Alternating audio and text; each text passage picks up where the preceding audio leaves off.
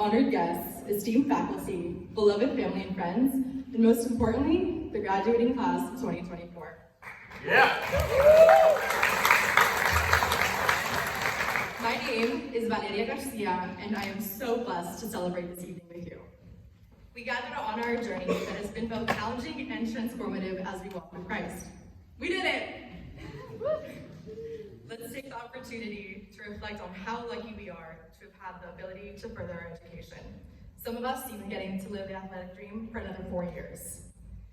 It might not have always felt great, writing that lesson response at 1:59, or waking up for practice when the sun is still down. But we did it. We benefited and we've grown from it. Providence planted seeds in our lives, planted seeds of wisdom and seeds of accomplishment. Our education gave us opportunities and exposed us to different experiences to better prepare us for the future. There have been times when things haven't been so easy. We've struggled to bridge the gap between the athletes and the noms. There have been times when our roommates ate our Pop-Tarts, and there's always romantic drama, like who's getting married next? Oh, seriously. Or who tore an ACL this time? And we all know Jen and Professor Cook know all the drama. We haven't always gotten along, but as this chapter comes to a close, we've all gone through a sorghum and we've all sat together at chapel. Whether you skip or sign in and dip, hopefully somehow those seeds have been planted. We learned how to deal with hardship and differences. We applied the lesson of breaking bread with others, even though we wouldn't have always chosen to sit at the same table. By softening our hearts, we allow these things to sink in more deeply. What makes Providence different is that it plants the very seeds of our faith in the fertile soil of our mind. Our perseverance and trust in His plans grow into a garden of wisdom and accomplishment.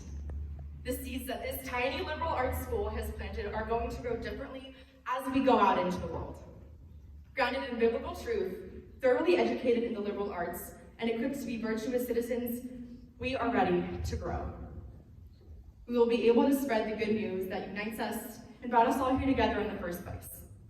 My mom once told me, God makes no mistakes.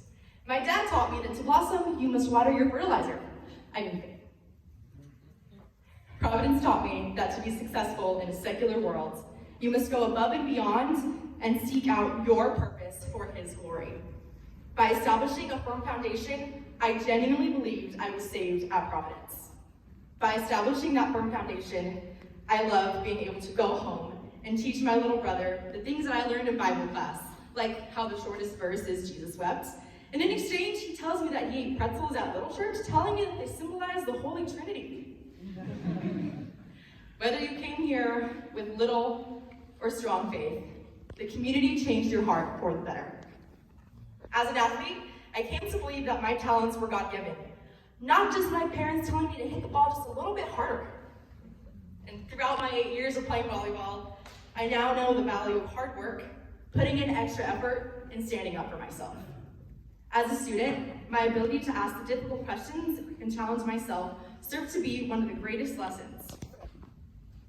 I've learned more about myself in the past 4 years than I ever have before.